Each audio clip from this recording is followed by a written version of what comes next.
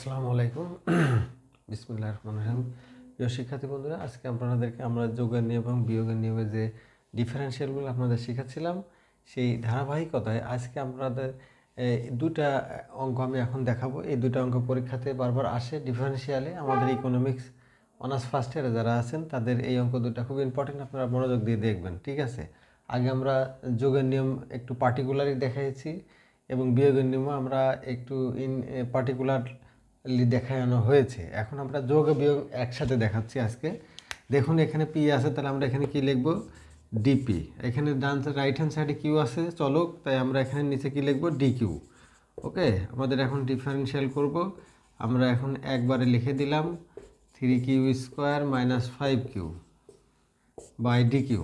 ওকে, তাহলে এখন আপনারা কি করবেন? ডিফারেন্সিয়াল করবেন। ডিফারেন্সিয়ালের যে রুলটা আপনাদের মনে আছে সেটা আপনারা আগে পাওয়ার আগে নিয়ে আসবেন, পাওয়ার থেকে 1 বাদ দিবেন, ঠিক আছে? পাওয়ার এখানে 3 আগে আসলো, পাওয়ার 3 থেকে 1 বাদ দিলে 2 থাকে, প্লাস এখানে 2 আছে, এখানে পাওয়ার আগে আসলে এখানে 3 আর ইন্টু অবস্থায় আছে, তাহলে 3 দুকানে কত? 6।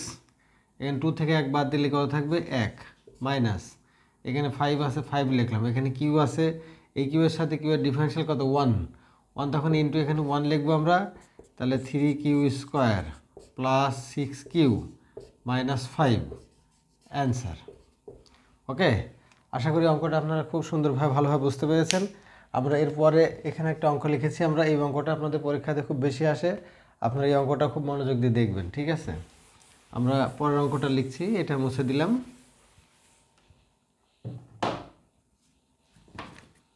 আমাদের 2 নম্বর অঙ্কটা ছিল এরকম, p = 1/1 - q। এখন দেখুন যে ডিফারেন্সিয়াল করবেন আপনি কিউ চলকের সাথে। কিউ কোথায় আছে? কিউ ডিভাইডেডের নিচে আছে। ওকে, তাহলে আপনাদের কি করতে হবে? আপনাদের কিউটাকে উপরে উঠাতে হবে, ঠিক আছে?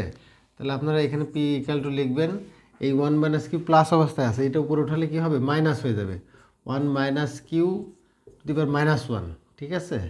আপনারা দেখুন যে এই যে 1 - q এখানে প্লাস অবস্থায় ছিল, এটা যখন ডিভাইডেডের উপরে উঠালাম, ঠিক আছে, লবের অবস্থানে নিয়ে গেলাম, তখন এখানে কি হবে? এখানে পাওয়ার কোনো অঙ্কে মাথার উপর পাওয়ার না থাকলে কি থাকে? 1 থাকে।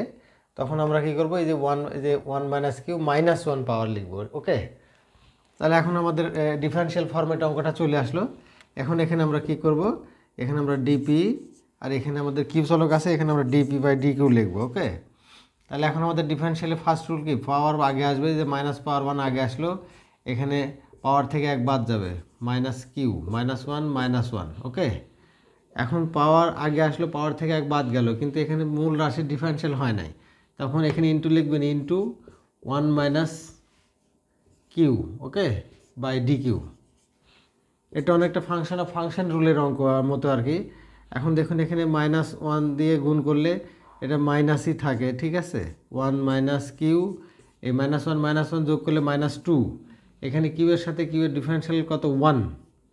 ওকে, আর এই যে কিউ এর আগে মাইনাস আছে, এই জন্য এখানে আমরা মাইনাস চিহ্ন ব্যবহার করব। ওকে, এই মাইনাসের মাঝে কত? প্লাস।